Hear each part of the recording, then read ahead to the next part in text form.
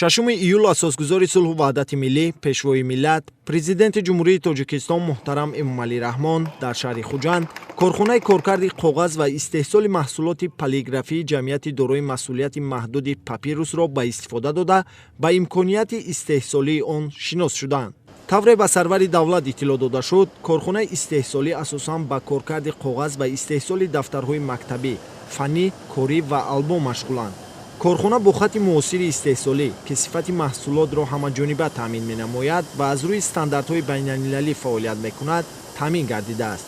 иқтидори шабонарӯзии корхона 150-200 ҳазор дафтарҳои гуногун ва албомро ташкил медиҳад ки дар як моҳ ба 4,5 миллион дона баробар мешавад.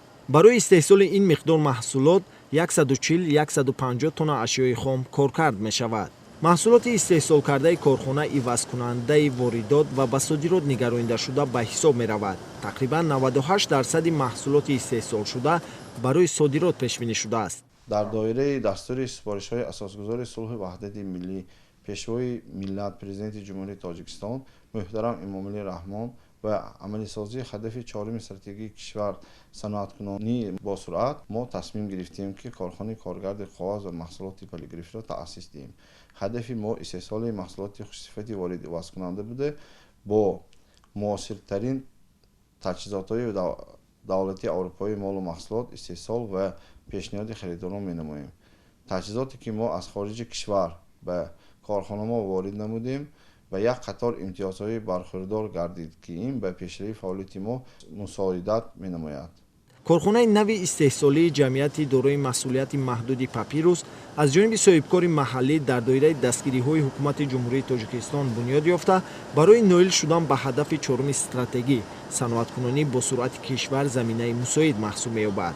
зимини шиносоии сарвари давлат ба маҳсулоти истеҳсолшуда ва фаъолияти коргарон баҳои баланд дода, намояндагони бахши хусусиро барои истифодаи бештар аз имтиёзҳои пешниҳодкардаи ҳукумати мамлакат ва дар ҳамин замина афзун гардонидани истеҳсоли маҳсулот ҳидоят карданд. ифтитоҳи чунин корхонаву коргоҳҳо барои тавлиди маҳсулоти рақобатпазири ивазкунандаи воридот боис гардида, дар оянда метавонад ки иқтидори содиротии мамлакатро боз ҳам болотар баранд. зеро талабот ба чунин маҳсулоти хушсифат на танҳо дар дохил, балки дар хориҷ ҳам хеле зиёд аст. сохтмони иншооти мазкур соли 2022 оғоз гардида, бо дар назардошти талаботи замони муосир дар масоҳати 1,5 гектар замин бунёд ёфта, ҳамчунин дорои дигар иншооти ёрирасон мебошад.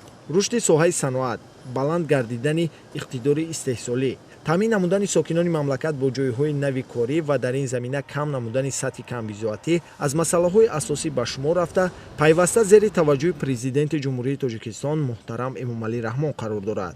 ҳамин аст ки сол то сол дар ҷумҳурӣ шумораи корхонаҳои саноатӣ зиёд гардида, ҳаҷми истеҳсоли маҳсулоти саноатӣ ба маротиб афзоиш меёбад.